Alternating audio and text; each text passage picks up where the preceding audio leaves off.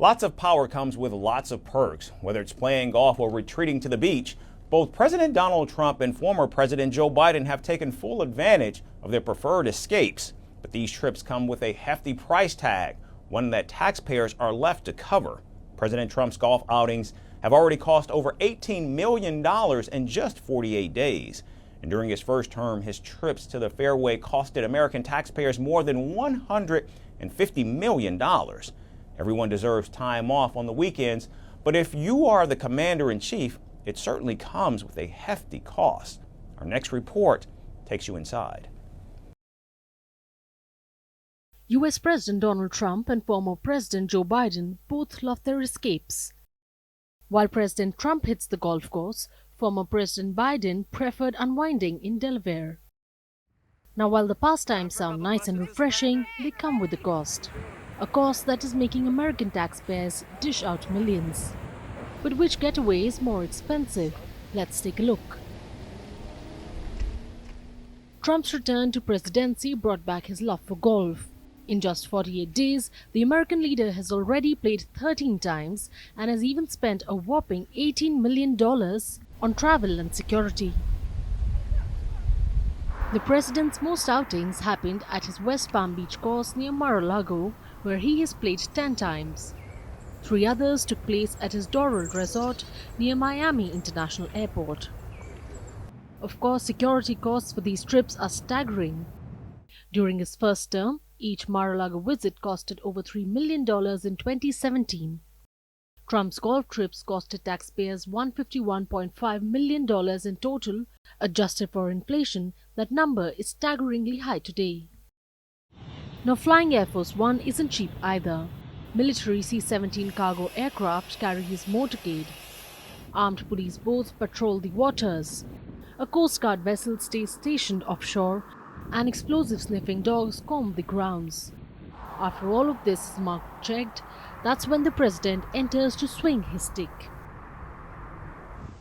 With already over $18 million spent, it is evident that if Trump continues at this pace, he will easily surpass his previous golf tab of $151.5 million. Nice ball, Mr. President. Former President Biden may not have played golf, but he loved the beach. Since January 20, 2021, the former leader made 76 trips home. He spent at least 265 days in Delaware, which was nearly 40% of his presidency. Newcastle County alone spent over $3.27 million on Biden's security. The bulk of this $3.08 million went to salaries and benefits. The remaining $190,000 covered paramedics who followed Biden wherever he visited. Flying Biden home wasn't cheap either. A Fox News report has found his travels to Delaware had cost $11 million by November 2022, and each round trip on Air Force One or Marine One costed around $200,000. While without a doubt it is clear that Trump and Biden both have different ways of cooling off, their habits have clearly differed. Trump prefers the greens, while Biden loved the waves.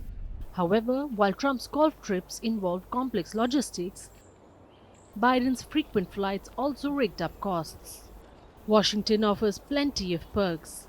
The White House has a private movie theater, swimming pool, billiard room and a running track. Even Camp David is just 30 minutes away by helicopter. But both the current and the former president choose to splurge. And for now, as the spending continues, taxpayers foot the bill. Whether it's for golf swings or beach waves, the question remains, how much will President Trump splurge on his golf trips despite promising to slash billions in federal spending? Merci beaucoup. Hi, how are you? Very well, thank you. Thank you for being here. Namaste, Mr. President. Bharat Kelogon, Komeri Namaste. How many people generally follow you in interviews? Typically in a month we have viewers up to 150 million, that's more than twice the population of France.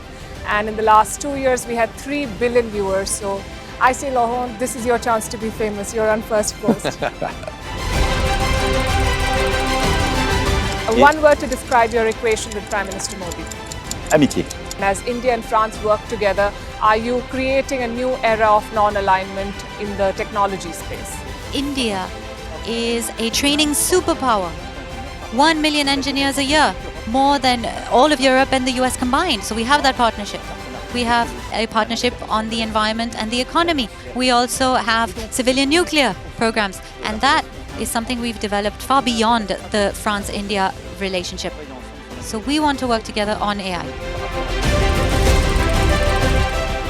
And then comes China with its DeepSeek, creating models at a fraction of the cost. Did that innovation take you by surprise? Did that breakthrough make you sit up and think, what did the Chinese do and how?